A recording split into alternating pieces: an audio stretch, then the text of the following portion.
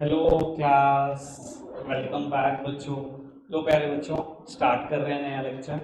बाबू, last lecture में हम multiple objectives of business ये चर्चा कर रहे थे। इसी चर्चा को आगे बढ़ाएंगे, सब सामने देखना। बाबू, मल्टीपल ऑब्जेक्टिव्स ऑफ बिजनेस सब सामने देख रहे हैं।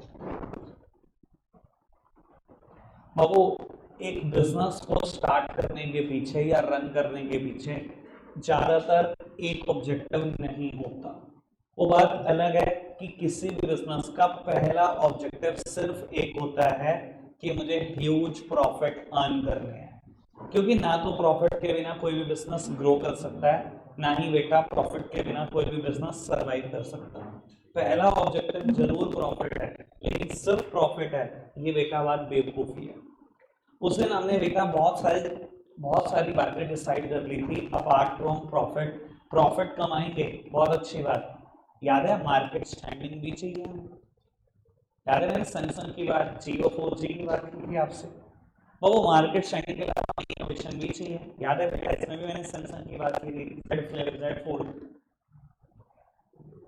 बाबू, याद है प्रोडक्टिविटी की भी बात हो चुकी है कि रिलायंस की प्रोडक्टिविटी अगर 1% बढ़ जाए तो कितने हजारों करोड़ रुपए कमा लेंगे। तो वो profit earning is the important determinant. ये एक बड़ा इंपॉर्टेंट ऑब्जेक्टिव हो सकता है, लेकिन आप ये नहीं कह सकते सिर्फ एक ही ऑब्जेक्टिव है। ठीक है जी, प्रॉफिट अर्निंग है, मार्केट स्पेंडिंग है, इनोवेशन है, प्रोडक्टिविटी है।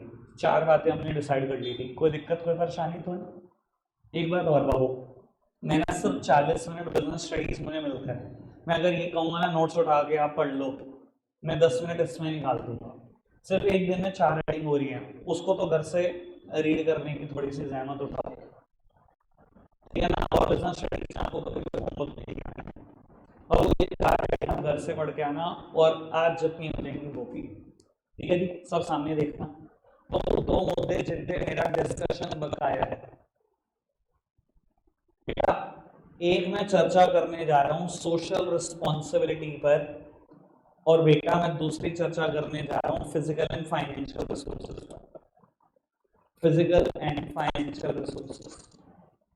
आपको पता है बेटा बिजनेस स्टडीज में मैक्सिमम क्वेश्चन कितने नंबर का आ सकता है? चलो मैं एक बार बात कर देता हूँ बाबू। आपके एग्जाम में question 1 mark, 3 mark, 4 mark, 5 mark और 6 मार्क के हैं। ठीक है, मैक्सिमम क्वेश्चन 6 मार्क का आ सकता है, यानी कि किसी भी क्वेश्चन में अगर मैं 6 हेडिंग कर लूं तो मेरा काम चल जाता है। ठीक है, अगर आपको याद हो जिस दिन मैं बिजनेस प्रोफेशन और एम्प्लॉयमेंट का याद करने के रेफरेंस दिया था, मैं आपको कल कोई भी डिस्कस कर लेना आपकी इच्छा। ठीक है, जब मैंने बिजनेस के फीचर कराए हैं ना तो 6 ही पढ़ाए हैं। वैसे बता देता हूँ बुक में 7 हैं, मैं करूंगा 7वें का डिस्कशन। मैं मल्टीपल ऑब्जेक्टिव की बात कर रहा हूँ, अभी 6 ही करके छोड़ दूंगा, 8 हैं। मैं करूंगा दोनों का भी डिस्कशन। कब करूंगा, क्यों जरूरत होती है उसकी, ये भी समझ लो बाबू। आप बिजनेस प्रोफेशन एम्प्लॉयमेंट का डिफरेंस 6 बेसिस पे नहीं पूरे 8 पे याद करेंगे। आप बिजनेस के फीचर 6 नहीं 7 ही याद करेंगे। ऐसे मल्टीपल ऑब्जेक्टिव भी 6 नहीं 7 या 8 में देखेंगे कितने हैं। मैं बाकी सबका डिस्कशन कहाँ करूंगा? देखो बिजनेस प्रोफेशन एम्प्लॉयमेंट के तो मैंने 8 पढ़ा दी। फीचर में मैंने एक छोड़ रखा है, बिजनेस के ऐसे मल्टीपल ऑब्जेक्टिव में मैं 2 छोड़ूंगा। जिस दिन मैं केस स्टडीज कराऊंगा बेटा उस दिन करूंगा इनका जिक्र। किसी भी भ्रम में मत रहना कि पेपर में क्वेश्चन आएगा बेटा short note on banking and finance as a auxiliaries to trade. सच में आपको लगता है कि ऐसे आएगा? 11th क्लास में आ चुके हो, इतनी बड़ी बड़ी केस स्टडीज आएंगी 2-2 पेज की, आपको तो छाटना होगा क्या है, ढूंढना होगा क्या है। इतना आसान नहीं होगा लप्पू पेपर। लो अभी से गुस्सा कर रहे, वो भी नाक से। लो लो पुत्र, करते हैं खैर बात आगे की स्टार्ट। बहु मल्टीपल ऑब्जेक्टिव्स में बात को आगे बढ़ा रहे हैं। 4 की चर्चा कर चुके हैं, बचे हुए 2 की चर्चा करनी है। सबसे पहली चर्चा मेरी सोशल रिस्पॉन्सिबिलिटी पर है, और बेटा फिर करूंगा फिजिकल एंड फाइनेंशियल रिसोर्सेज की बात। बाबू, बिजनेस ने अपने 4 ऑब्जेक्टिव सेट कर लिए, चारों का मैंने डिस्कशन कर दिया। ये सोशल रिस्पॉन्सिबिलिटी क्या चीज है? अभी सुना है किसी ने? पढ़ी? किसी ने नहीं सुना? अच्छा बाबू, सोशल रिस्पॉन्सिबिलिटी का मतलब होता है अपार्ट फ्रॉम प्रॉफिट, प्रॉफिट को साइड रखकर सोसाइटी का भला सोचना। सर प्रॉफिट को साइड रखकर आप सोसाइटी के भले के लिए जो कुछ सोचोगे सब सोशल रिस्पॉन्सिबिलिटी है। It may be say no to plastic bag, it may be बेटा रिसाइकलिंग, इट मे बी बेटा plantation of tree, national integration, कुछ भी सोचो सोसाइटी के भले के लिए, वो सब सोशल रिस्पॉन्सिबिलिटी है। तो अब आप सोच रहे हो कि क्या दुनिया में ऐसा कोई बिजनेस भी है जो सोसाइटी का भला चाहता है? एक बात देखो, अगर मैं आज आपके धरने में कह रही हूँ कि आप सोसाइटी का भला सोचो, आप सोचना चाहोगे? क्योंकि आपको सोसाइटी का भला सोचने के लिए ना पैसा चाहिए, और सोसाइटी का भला क्यों सोचे? तो सरकार को पता था कि अगर सरकार आपको कह देना खुद से सोसाइटी का भला सोचो, शायद ही कोई बिरला बिजनेस होगा जो सोसाइटी का भला सोचेगा।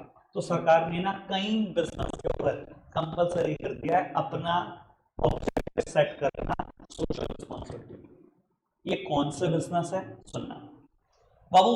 इंडिया में अगर आप कोई भी पब्लिक कंपनी ऑपरेट कर रहे हो, मुझे पता है कि तो आपको कंपनी का मतलब पब्लिक कंपनी क्या बताऊं, लेकिन पब्लिक कंपनी वर्ड कुछ दिन के लिए रखता हमारा, कंपनी में पहुंच नहीं जाता, अगले चैप्टर कंपनी में पहुंच चुका हूं।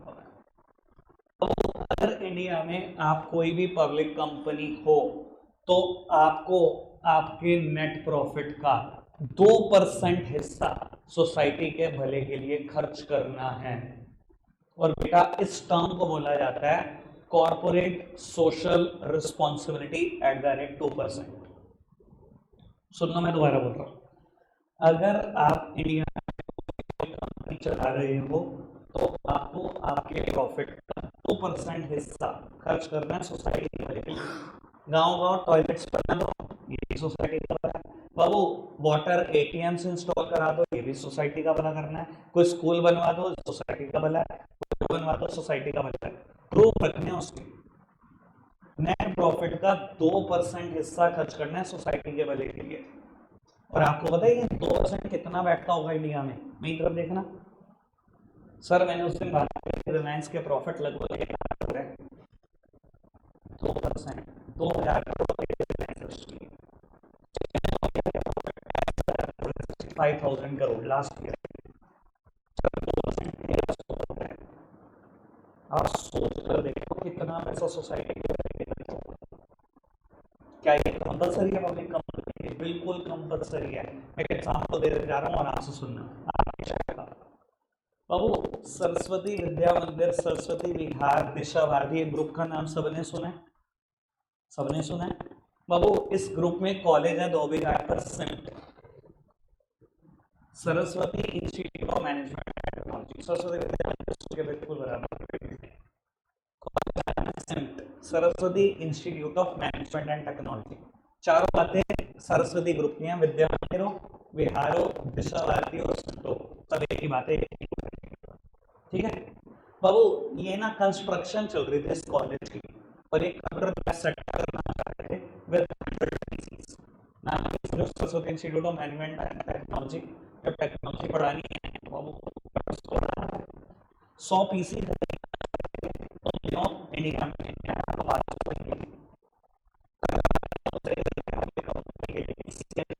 2% आपको खर्चना है।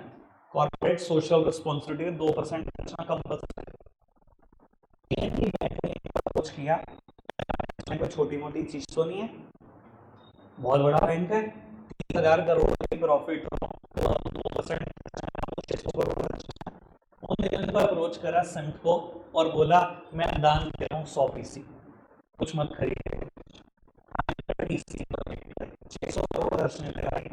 क्या हो गया? अगर 30,000 का उस टाइम का होगा तो 30 लाख कितना बड़ा चीज हो सकता है अगर 2% हर पब्लिक कंपनी ईमानदारी से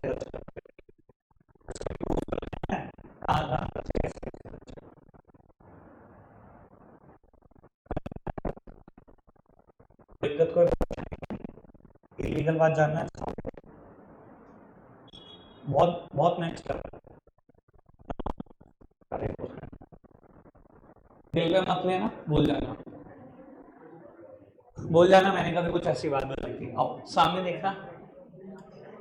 मेरा ख्याल बाबू कुछ बातें अगर मैं एक्सट्रीम लेवल पे करूंगा ना तभी आपको पता लगेगा दुनिया में क्या चलता है। वरना बिजनेस स्टडीज एक किताबों में दो दो लाइनें लिखी हुई हैं, ठीक है ना। जब तक मैं प्रैक्टिकली नहीं बता पाऊंगा आपको तो मुझे खुद से बेटा बड़ा गिल्ट होगा। सामने देखो बेटा, बाबू एक आखिरी मल्टीपल ऑब्जेक्टिव की बात करते हैं, physical and financial resources.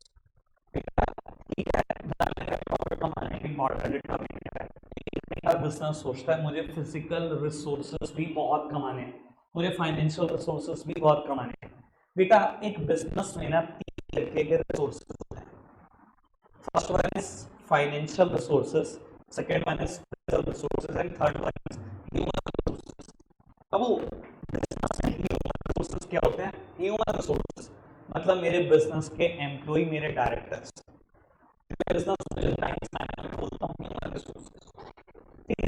Babu business में फाइनेंशियल रिसोर्सेज किसको बोलते हैं? ह्यूज अमाउंट में कैश पड़ा हो, ह्यूज अमाउंट में बैंक बैलेंस पड़ा हो, विटामिन एम, विटामिन मनी, यही है बेटा फाइनेंशियल रिसोर्सेज। पता है ना आपको जिंदगी में जीने के लिए एक ही विटामिन जरूरी है, तो बस कहने की बातें हैं, एबीसीडी विटामिन जरूरी है। तो बिजनेस में फाइनेंशियल रिसोर्सेज, कैश बैलेंस, मोटा बैंक बैलेंस। ह्यूमन रिसोर्सेज मतलब एम्प्लॉय, फिजिकल रिसोर्सेज मतलब मेरी फिजिकल एसेट,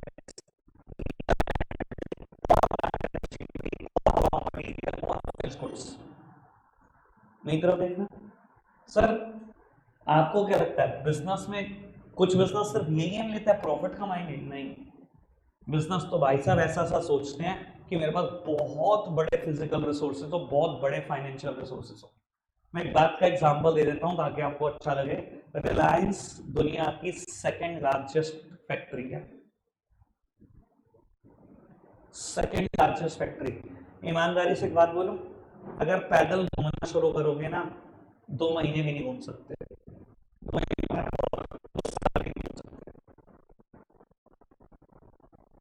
2 साल। अगर आप मुंबई टू पुणे जा रहे हो और लैंड रूट से जा रहे हो, फ्लाइट नहीं है आपने, लैंड रूट से मुंबई टू पुणे जा रहे हो, यकीन मानना सब्सटेंशियल पोर्शन ऑफ जमीन रिलायंस के पास है। चाहे इधर कर लेना, चाहे इधर कर लेना, आपको क्या लगता है दुनिया में सिर्फ एक ही एम रह गया बिजनेस का, प्रॉफिट कमाना? बिजनेस में बहुत एम हो और रिलायंस आपको दुनिया की लार्जेस्ट फैक्ट्री, सबसे बड़ी दुनिया की, इट इज फॉक्सवैगन। मैंने ना एक टर्म बड़ी सोच समझ के बोली है, आराम से सुन लेना। मैंने फॉक्सवैगन नहीं बोला, इट इज फॉक्सवैगन। आपको तो क्या बात कर रहे हो, लिखा तो फॉक्सवैगन है बेटा। It is a German company और जर्मन में वी को एफ प्रोनाउंस करते हैं, इट इज फॉक्सवैगन। समझ में आ रही बात? कोई दिक्कत कोई नहीं।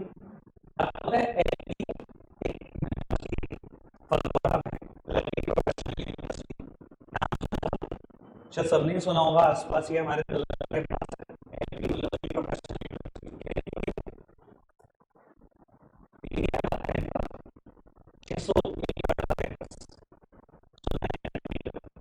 छह सौ एकड़ का कैंपस, और अभी इन्होंने 1000 एकड़ और लिया है मेडिकल के लिए, ठीक है।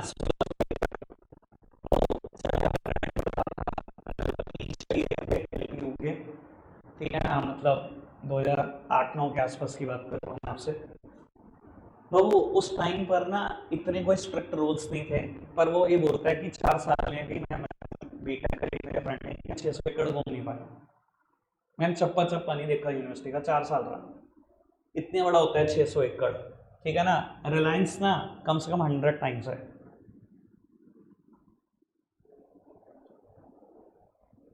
रिलायंस में बेटा कोई विजिट करने आता है ना, फैक्ट्री गेट पे वैन प्रोवाइड की जाती है। इतने फिजिकल रिसोर्सेज हैं।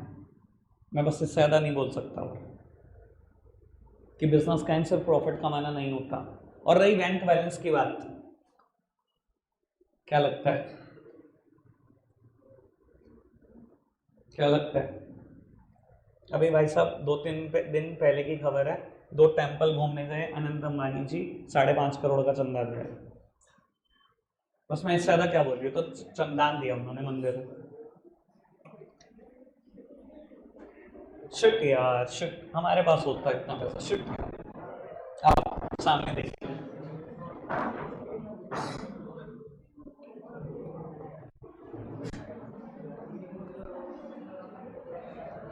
इन्फोसिस इन्फोसिस कंपनी के डायरेक्टर हैं नारायण मूर्ति जी, सामने देखना। इन्फोसिस कंपनी का नाम सुना है आपने? बहुत सारी वेबसाइट्स बनाती है, एप्लीकेशन बनाती है कंपनी इन्फोसिस। तो वो उनके डायरेक्टर है नारायण मूर्ति जी। उनके घर में उनके पोते का जन्म हुआ, उन्होंने 424 करोड़ रुपए शेयर उसको गिफ्ट दिए। 424 करोड़ के अभी परसों। सर बस इतने से रिसोर्सेस। चलो,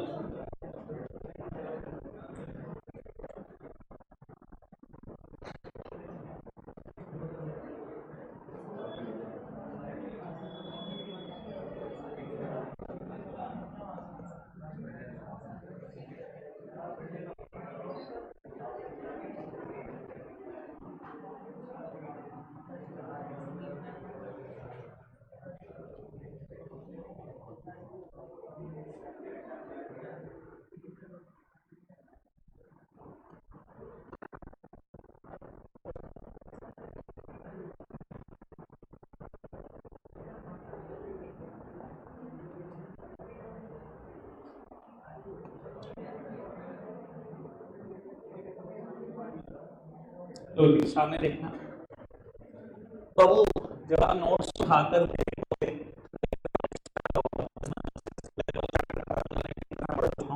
ऐसा हो सकता है कल खत्म हो जाए, कल ना परसों आधे दिन हो जाए। तो मैंने एक बात और लिख दी है, 101% आप जिस मर्जी स्कूल में हो, इसका क्वेश्चन पेपर में पक्का देखने को मिलेगा। 1000% ठीक है, सब सामने देख रहे हैं बेटा, मैं एक एक वर्ड क्लेरिफाई कर दूंगा, आप सामने देख रहे हैं, आप तो बिजनेस रिस्क क्या होता है? कई बार बेटा हम लोगों से पूछते हैं कि रिस्क क्या होता है, तो वो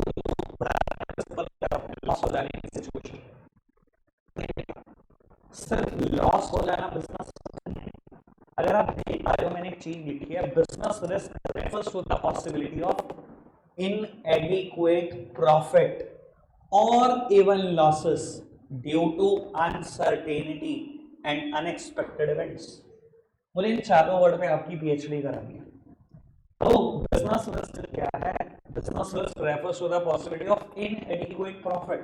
what do you mean by inadequate profit? inadequate profit मतलब बेटा insufficient profit। बिजनेस में खाली लॉस हो जाना ही रिस्क नहीं होता। अगर बेटा मेरे को प्रॉफिट सफिशिएंट नहीं है, वो भी तो वो भी मेरे लिए इक्वली है बात, वो भी मेरे लिए रिस्की है। कहने का मतलब क्या है? आपने पहले साल 1 करोड़ रुपए लगाकर धंधा शुरू किया और बिजनेस में प्रॉफिट हुआ 10 रुपए, आप कहोगे रिस्क नहीं है, तो लॉस हुआ नहीं, सर रिस्क नहीं है। बेटा अगर आप एक sufficient amount of profit earn नहीं कर रहे हो, इनसफिशिएंट प्रॉफिट अर्न कर रहे हो, तो बेटा वो भी रिस्की है। कम से कम आपकी अमाउंट पर 10% तो मिलना ही चाहिए ना। चलो 10 से 5 तो मिलना ही चाहिए। 1 करोड़ लगाया है, 5 इससे कम है ना, तो मेरी नजर में बेटा वो भी रिस्की है। तो बिजनेस रिस्क क्या है बेटा? पॉसिबिलिटी ऑफ इनएडिक्वेट प्रॉफिट और इवन लॉसेस। वजहें क्या है? वजहें दो, अनसर्टेनिटी और अनएक्सपेक्टेड। लो समझाता हूँ एक बात। बाबू बिल्कुल ठीक ठाक आज आपने दुकान का शटर डाउन किया और 2 घंटे बाद आग लगी, आपने शटर उठाकर देखा सब कुछ जल के स्वाह। बिजनेस रिस्क है या नहीं? फटाफट है, कहां से कवर? लॉसेस हो गए ड्यू टू अनएक्सपेक्टेड इवेंट्स। कोई दिक्कत कोई परेशानी तो नहीं बाबू? आपका धंधा ठीक ठाक चलता है, सर्दियों में है, आप सर्दियों में थर्मल्स बेचते हो, ठीक है, थर्मल्स बेचते हो। आपने गर्मियों में प्रोडक्शन स्टार्ट कर दिया इस एक्सपेक्टेशन में कि जम के सर्दियां बढ़ेंगी, बहुत सर्दियां बढ़ेंगी। बाबू आपने इतनी यूनिट्स बना ली कि आपको लगता था जब जम के सर्दियां बने तो आपको सर्दी नहीं बढ़ी, एक महीना बढ़ी, एक महीने के लिए कोई थर्मल नहीं खरीदता।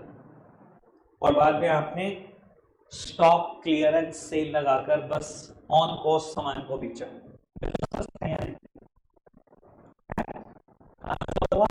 लॉसेस हो गए ड्यू टू अनसर्टेनिटी।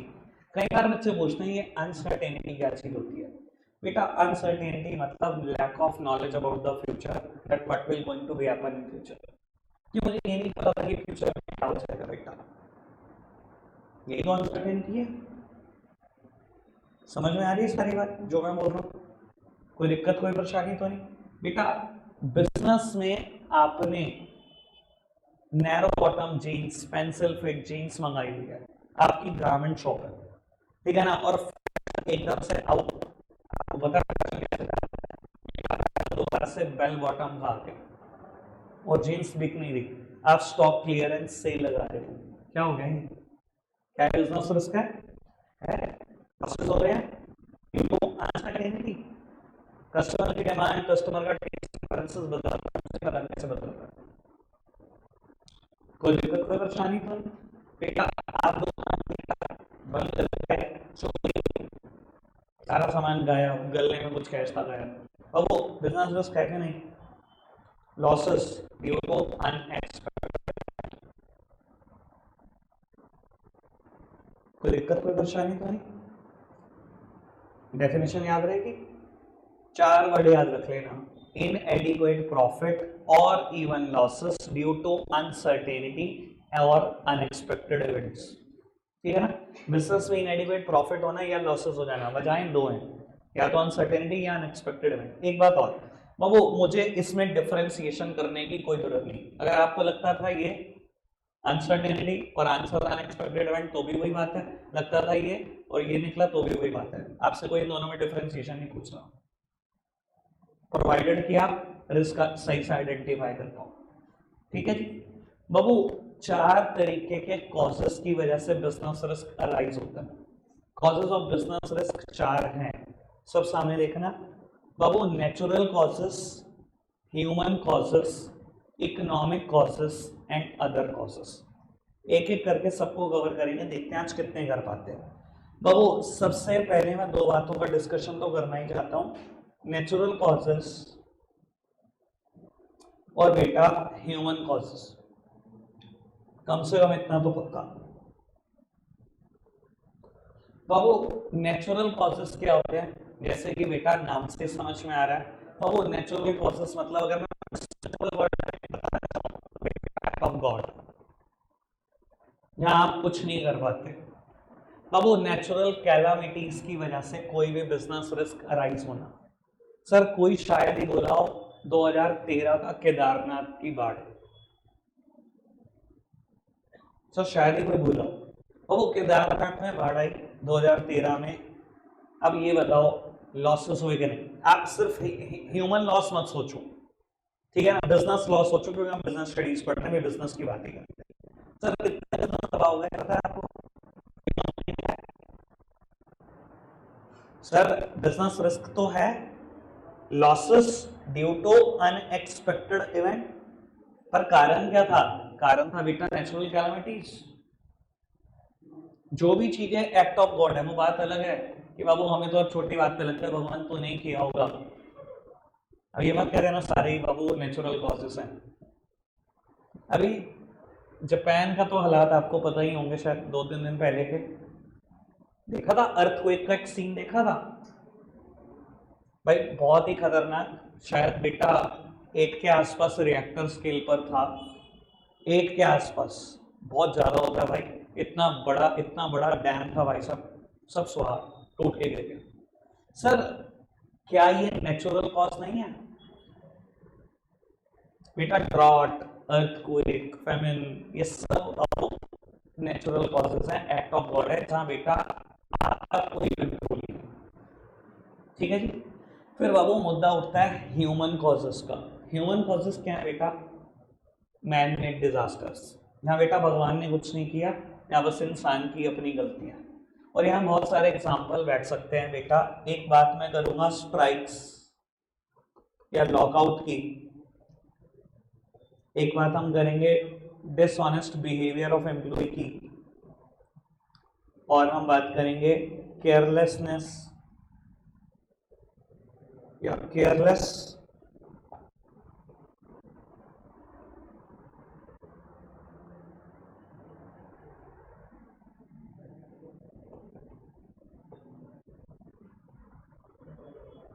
लो बेटा सामने देखना, सब सामने देखना। बाबू ह्यूमन कॉजेस में तीन चीजों पे मेरा स्पेशल चर्चा है, स्पेशल ध्यान है, और आप भी बेटा जब पेपर में लिखोगे तो इन तीन वर्ड को बेस पर रखना ह्यूमन कॉजेस में। बाबू सबसे पहले बात करते हैं स्ट्राइक्स एंड लॉकआउट्स की। बेटा मेरा बिजनेस है, समझ लो उतना ही बड़ा है जितना बड़ा रिलायंस इंडस्ट्रीज लिमिटेड है, और बाबू हाँ समझ में क्या जाता है, सोच में कौन कर सकते हैं। बाबू 7 दिन के लिए मेरे बिजनेस के सभी एम्प्लॉइज स्ट्राइक पर गए। स्ट्राइक सिर्फ इस वजह से थी, वो चाहते हैं सैलरी में इंक्रीमेंट करो और मैनेजमेंट चाहता है सैलरी में कोई इंक्रीमेंट। 7 दिन तक बिजनेस बिल्कुल बंद रहा। मुझे एक बात बताओ, ये बिजनेस रिस्क है या नहीं? डेफिनेशन सोचो बाबू। लॉसेस हुए होंगे मुझे 7 दिन, कोई प्रोडक्शन नहीं, कोई सेल नहीं। सर रिलायंस जैसी ऑर्गेनाइजेशन जहां एम्प्लॉय की काउंटिंग 50,000 है, इन्फोसिस में आपको पता है कितने एम्प्लॉय हैं? 2,40,000। सर 7 दिन काम ना होना, आकाश भाई एक मिनट पूछ लो बाबू, आकाश भाई एक मिनट पूछ लो,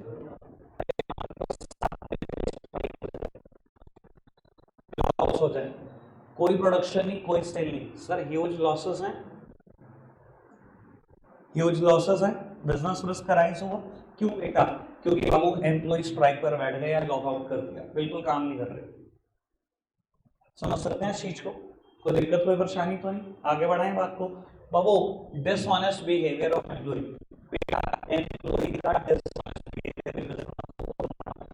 मैं छोटे से बिजनेस, छोटा सा बिजनेस करते हो, एम्प्लॉय ने आज से 2-3 महीने की सैलरी एडवांस लिया, आपने 30-40,000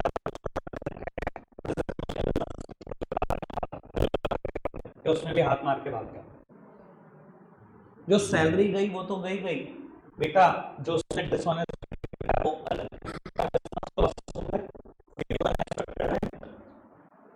बिजनेस रिस्क है,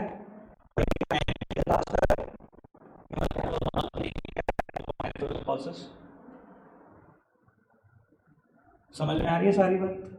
ठीक है ना जी। और बड़ी बड़ी ऑर्गेनाइजेशन में एम्प्लॉय क्या करता है, बस जहां सीसीटीवी से बचा वहां बाबू रॉ मटेरियल जेब में, ऑर्गेनाइजेशन के रिसोर्सेज जेब में, बस वही करता है, नहीं होता। ठीक है जी। मेरे लिए तो वो भी डिसऑनेस्ट बिहेवियर है। मैं एक एग्जांपल दे देता हूँ आपको। जब हम 2010 में 12th में थे तो हमारे कुछ फ्रेंड्स ऐसे भी थे जिनके फादर बैंक में जॉब करते थे, मेरी तरफ देखते रहना, उनके फादर बैंक में जॉब करते थे और स्कूल वालों ने कहा एक प्रोजेक्ट है, एनुअल रिपोर्ट प्रिंट आउट निकाल के लाना, आपको भी देंगे 12th क्लास में, सुन लो। तो 250-300 पेज की एनुअल रिपोर्ट हम प्रिंट निकलवा रहे हैं। उस टाइम पर प्रिंटर भाई साहब सिर्फ साइबर कैफेज में नजर आता था, किसी के घरों में नहीं होता था, नाइट में सस्ते होते थे। 2010 की बात है, 10 रुपए पर प्रिंट, हमने प्रिंट निकलवाया, सोचो 250 पेज। ठीक है जी। और यही जिनके हमारे फ्रेंड के फादर बैंक में काम करते थे, वो पेन ड्राइव में लेकर गए रिपोर्ट, बैंक के प्रिंटर से प्रिंट निकाला है। सर मुझे नहीं पता आप इसको क्या नाम दोगे, पर इट इज डिसऑनेस्टी। आप बैंक के रिसोर्सेज का गलत यूज कर रहे हो, अपना पर्सनल इस्तेमाल कर रहे हो। बैंक भी बहुत स्ट्रिक्ट होने लगे इस बात से। आज की तारीख में तो बैंक में नहीं होता,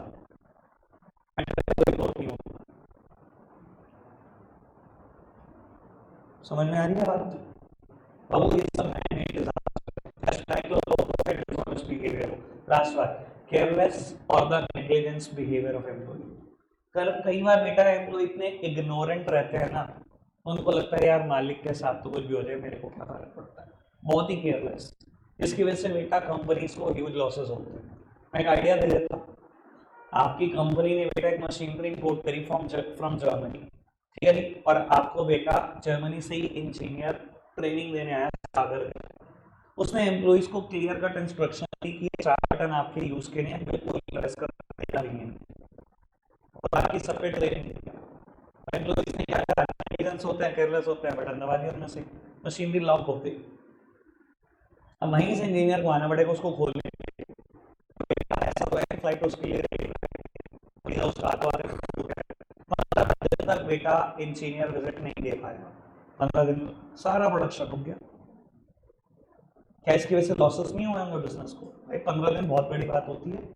अभी मैंने तो ये लेटेस्ट में फेस किया कि एम्प्लॉय को कोई दर्द नहीं होता मालिक का क्या जा रहा है। अभी मेरी एक साइट चल रही है, कंस्ट्रक्शन चल रही है, ठीक है ना, तो मेरा इलेक्ट्रिसिटी का एक ठेकेदार है, ठीक है ना, वो एक मशीन लेकर गया, मशीन से कटिंग होनी थी और फिर अंदर इलेक्ट्रिसिटी की फिटिंग होनी थी, ठीक है। अब वो ब्लेड उतारे, ब्लेड अलग अलग होते हैं उस मशीन में, ठीक है, उसको उसने एक ब्लेड उतारा, दूसरा लगाना था, वो ब्लेड ना उतर नहीं रहा था। उसने क्या करा, छैनियाँ तोड़ी ली, सोचा हल्की सी चोट मारूंगा, हल्की चोट मारी, टूट गई मशीन, मेरे सामने ही टूट गई। और फिर अपने ठेकेदार को फोन करके कह रहा कि पता नहीं कहाँ से टूट गई, कैसे टूट गई। मैंने मन में सोचा भाई एम्प्लॉय को कोई दर्द नहीं है, क्या करा मालिक का, काम तो रुका रुका, जो लॉस करवा दिया उसका वो अलग। समझ में आ रही है बेटा बात? नेग्लिजेंस बिहेवियर एम्प्लॉय का बहुत, ये भी नुकसान देता है बहुत, ठीक है। अपने नोट्स में अगर ये 3 बातें लिख लेना अपने हाथ से, ठीक है। रखते हैं आज के लिए इतना ही है प्यारे बच्चों, बाय बाय।